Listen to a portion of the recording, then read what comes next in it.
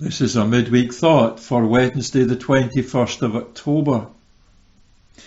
In the book of Numbers in the Old Testament, we are told that more than 600,000 men aged 20 years and over departed from Egypt during the Exodus. And we can add to that the number of wives among them, making a total of at least 1 million adults who were in hand to witness deliverance from Egyptian bondage. Sadly though, another census, which was carried out 40 years later, revealed that of the original Hebrews, only a few survived the wilderness experience to enter the promised land. The total number was in fact only 3. And something about what happened to all the others, accounting for an average of 70 funerals a day during their 40 long years of wandering, is supposed to be an example to us, written down for our instruction. As we read in 1 Corinthians chapter 10, these things happened to them as examples, and were written down as warnings for us, on whom the fulfillment of the age has come.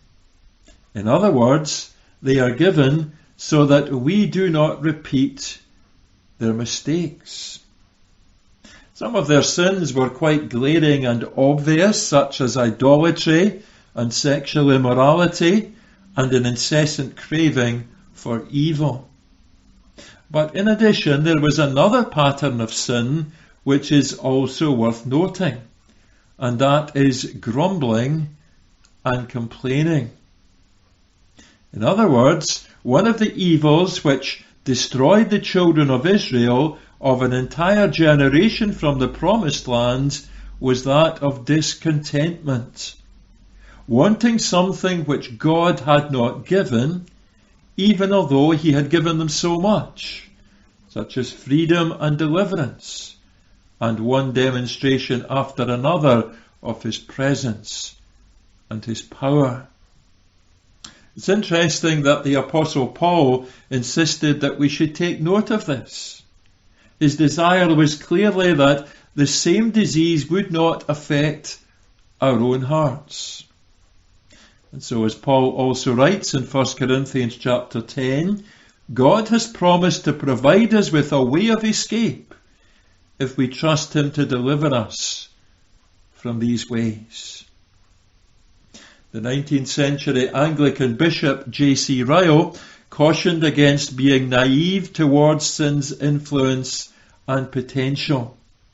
He believed that we are inclined to forget that temptation to sin, including that of grumbling and complaining, will rarely present itself in its true colours. The question is therefore whether we are content to maintain a certain level of sin in our own lives, such as that of grumbling and complaining. Because every unconfessed sin is a seed which will inevitably produce a great harvest. As Charles Spurgeon once warned, those who tolerate sin in what they think to be little things will soon indulge in greater things. The solution for us all, regarding sins which we might regard as small or not so small, is that we run to the cross of Jesus, that we confess the sins of which we feel convicted to God, and that we trust in the Lord to root them out of our lives. Thank you for listening. May God bless you.